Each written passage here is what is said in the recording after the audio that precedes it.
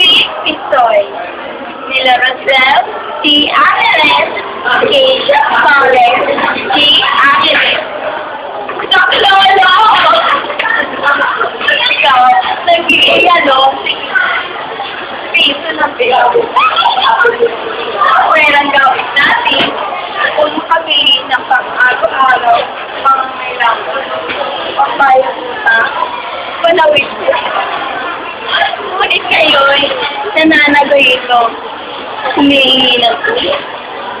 At ang masakit, walang magawa sa bayan natin. Kaawa-awa. Ano nang nga ba ang kulay nakalagay na po? Ano naman ba ang mabibili? Isang pirasa cake. Isang pirasa pa dito.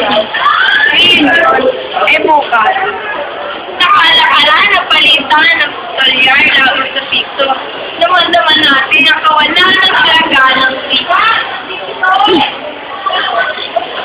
Unti-unti, pababa ito ng pababa. Magkano na nga ba ang palito ng dolyar? Naibit-abot na bago-bago. Ay pa. Bababa ng kaunti. Tataas na sa lahat.